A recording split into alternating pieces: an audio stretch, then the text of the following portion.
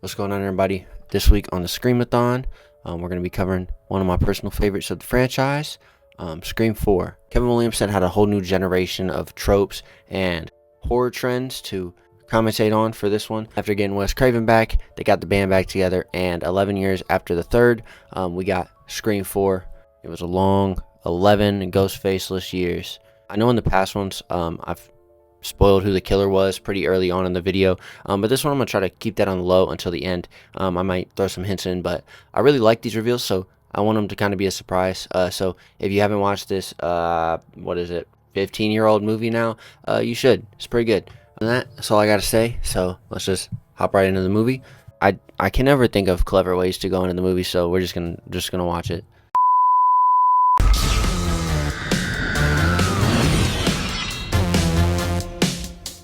Starting off with the opening kill, we get introduced to Sherry and Trudy. They're hanging out, about to watch a movie when Ghostface shows up and ruins the fun. Pretty quickly disposed of, and then we think we're getting to the title card, but nope. Instead of Scream 4, this is for Stab 6. It's an opening within an opening, so I guess I see you, Kevin Williamson. Then we zoom out to meet two more potential Ghostface victims before Anna from Frozen shows her true colors and takes the other friend out herself. I don't think we ever learned their names in the movie itself. At least I didn't, so I'm just going to call her Anna from Frozen because that's what I know her as. This is quickly revealed to be yet another fake out title card, revealing that the opening to Stab 7 is Stab 6. I'm not going to think about that too hard. Finally, we get to meet the opening kills for the movie we're actually watching, Jenny and Marnie. Jenny mentions how bad Stab has gotten since they were threatened to be sued by Sydney if they used her story after Stab 3. So they did make a Stab 3, great. They make some Ghostface jokes before Marnie gets completely snatched from the phone.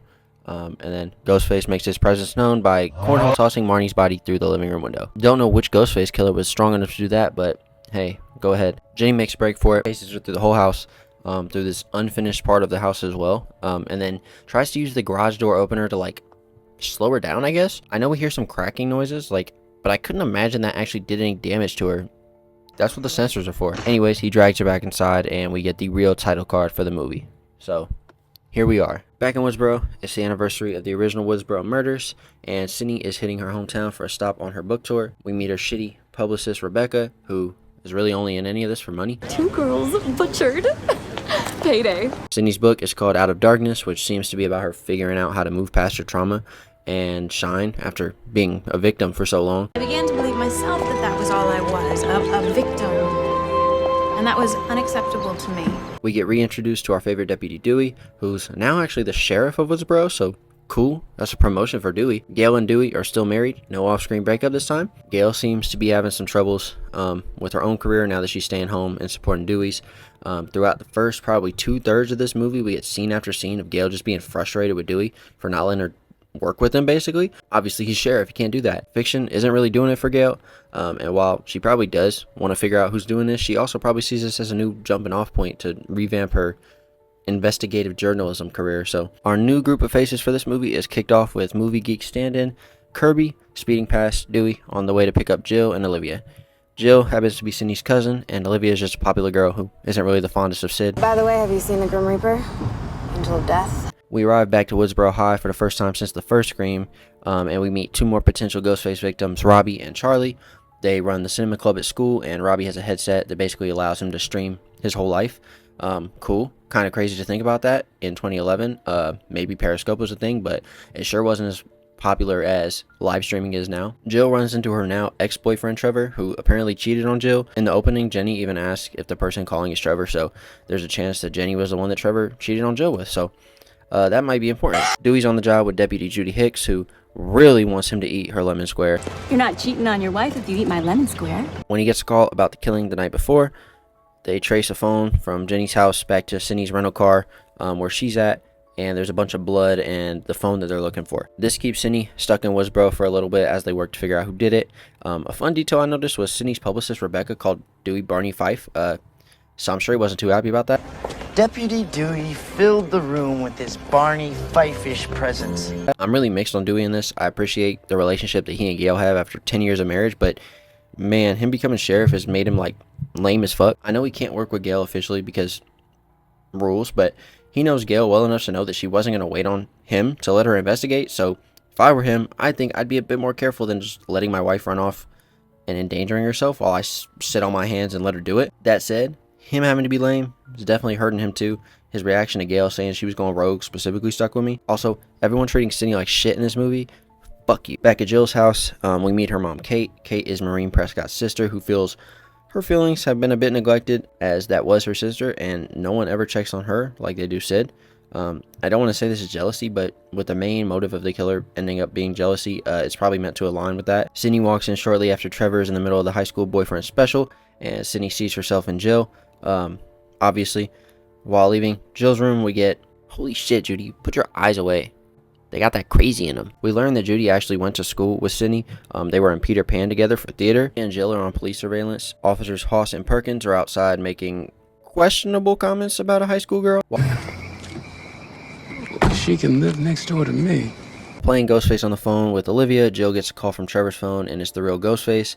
And Kirby picks that up. He claims to be in a closet.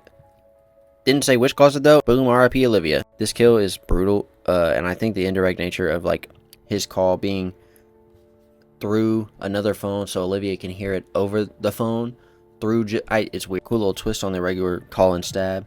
But Sydney fucking Prescott goes over to confront the killer, and oh my god, holy shit, those are her guts all over the bed. What the fuck? The Angel of Death herself is attacked by Ghostface, and he gets a slice off on Jill's arm, and she's reasonably pissed because ever since Sydney got in town, her life has been fucking shite. At the hospital, Rebecca tries to game Sydney to all the opportunities that this new string of attacks has gotten her. Sydney isn't really concerned with the book tour anymore and fires Rebecca. When going to her car, she gets a suspicious call from, oh shit, you're fucked. She runs to her car where she finds Ghostface has her sabotaged. She sneaks out of her car and makes a break for the parking garage door, but not before Ghostface was able to like completely loosen the handle.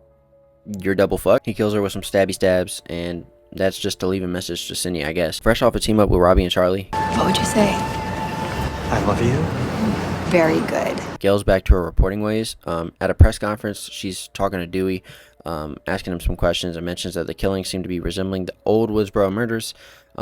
But this Q&A is cut short when Rebecca's body is dropped off the parking garage onto the news van. Holy shit. I love how many fucks Ghostface gives in this movie. It's almost 0. And honestly, from Scream 4 onwards, that's kind of how he is, and I honestly can't say anything, but I love it. Back at Woodsboro High, Gail and Sydney make some cameo appearances at the cinema club, presented by Robbie and Charlie. They go over the recent trends of remakes and reboots in Hollywood and the rules of those films. Since Ghostface seems to be doing a remake of the original Woodsboro murders, they say a logical next step is something like recording the kills. Doesn't really make you look the best. Why are you saying this? Sydney and Gail learn about the movie marathon that's going on later that night called Stab-A-Thon, where they're just going to be watching all the stab movies in a row at a party. But the kids can't give up the details, as that's a secret. A secret that lasted like 4 hours before Gail figured it out. Nothing screams Gail Weathers. It's Gail Riley now. Sorry, I mean Gail Riley, like spying on a party full of teens. Her creepy surveillance is cut short when Ghostface finds those cameras and covers them up, and places his own camera so that he can record the kill. Oh shit. Charlie, Robbie, were you onto something? Gail goes in to see what's going on, and Ghostface just stabs her. Nice, in the shoulder, but not before Dewey shows up and sends off some warning shots. Dewey, what are you aiming for, man? Gail's attack is cut in with like the Casey Becker kill from Stab 1. Another thing pointing to a sign of a remake. Homages to previous Scream movies are like all over this movie, and it's a classic sign of a once dead franchise being brought back to life. So outside of Jill's house, Hoss and Perkins are attacked while surveying the scene. Perkins gets a stab like clean through his head, and even has enough time to blindly swing after being brain skewered. Like Bruce Willis? Fuck Bruce Willis. Great, never mind. Inside the house, Sydney gets a call from Ghostface, and after making her look at the news to see what Gail's condition is, he says he wants her family next. This reasonably freaks Sydney out, and when she goes up to check on Jill, she finds the room empty, as Jill seems to have left for Kirby's. She freaks out and tells Kate about what's going on, and while trying to keep away a wild Ghostface, Kate takes a stab right through the throat. On the way out, Sydney runs into Judy Hicks, who closes down the crime scene and calls Dewey to the scene. Sick drift, Dewey. He sends some officers to Kirby's house, as that's where Sydney said Jill went, and now we're set up for the final acts. After the stab marathon got shut down by Gail's attack, Kirby, Jill, Charlie, Robbie, and unfortunately Trevor decided to have an after party at Kirby's. Trevor was supposedly uninvited, but he's saying that he got a text from Jill, who claims to not even have her phone, and when finding it, says there wasn't even any text sent to him. While Robbie's outside, stumbling drunk and talking to his headset, I guess, he's snuck up on by Ghostface. Hello there. and is attacked live on camera. He tries to pull out one of the rules to survive. You can't, there's rules. I'm gay. I'm gay. I mean, if it helps. And Ghostface is progressive enough not to give a shit and do it anyways. Trevor cockblocks Charlie from getting his girl finally, and then is suspiciously nowhere to be found. When Cindy shows up and tries to lead Ghostface away from Jill, tells her to get up under the bed, she ends up in some sort of room that I can't even identify. It doesn't look like a basement because it seems to go out to like a back porch, back patio area. So maybe this is like one of those houses that's on stilts or something. I don't really know. She's in this room with Kirby, and Charlie pops up, blood on his hands, pleading for Kirby to let him in. Her trust is up in the air with him, so she has to take the safe choice and keep him outside. Probably smart. Ghostface ends up attacking him, so not so great. With another Scream homage, Charlie's tied up like Steve Orth from the first Scream, and Ghostface even calls to play a game with Kirby. When she answers a question with like every answer you could possibly get for that question, she thinks she wins when Ghostface finally shuts the hell up. Kirby, you cheated on that question. You don't win. Her punishment for cheating was getting a knife through the stomach by the one that she was trying to free, Charlie. I really actually like this reveal. As far as we know, this is where Kirby dies for now. So I'm just gonna say R.I.P. Kirby for now. The next insane killer reveal happens when Charlie's chasing Sydney through the house when she goes to check on Kirby, and Ghostface number 2 just pops out from a door frame and stabs her in the gut. Ghostface pulls off his mask to reveal, holy fuck, it's Jill! This completely blindsided me on the first watch, and as much as some of that surprise comes from like the crazy amount of teleporting that Ghostface does in this, it also just truly surprised me a little bit because Jill's kind of like a main character in this. She's kind of set up as like a new main character. I'll get to those issues in a little bit though. For now, she pulls out a tied up Trevor, who Charlie and Jill plan to trace all these videos of their killings back to. Jill goes full on crazy and shoots him in the dick. Do not cheat on Jill Roberts, please. Well, she's dead now, so I guess you can't, but do not cheat on Jill Roberts. She shoots him one more time in the head, and then Charlie and Jill reveal that they're secretly dating and want to be the Sydney and Randy of a Woodsboro murder remake. I don't know if they actually are dating or not, but they kiss and they do a whole little routine. When Charlie and Jill go to do the patented ghost faces stabbing each other, Jill goes off script and stabs Charlie in the heart, killing him. It's a great dying performance here from Rory Culkin too. It's actually kind of intense. He's betrayed to the max, so R.I.P. Charlie, I guess.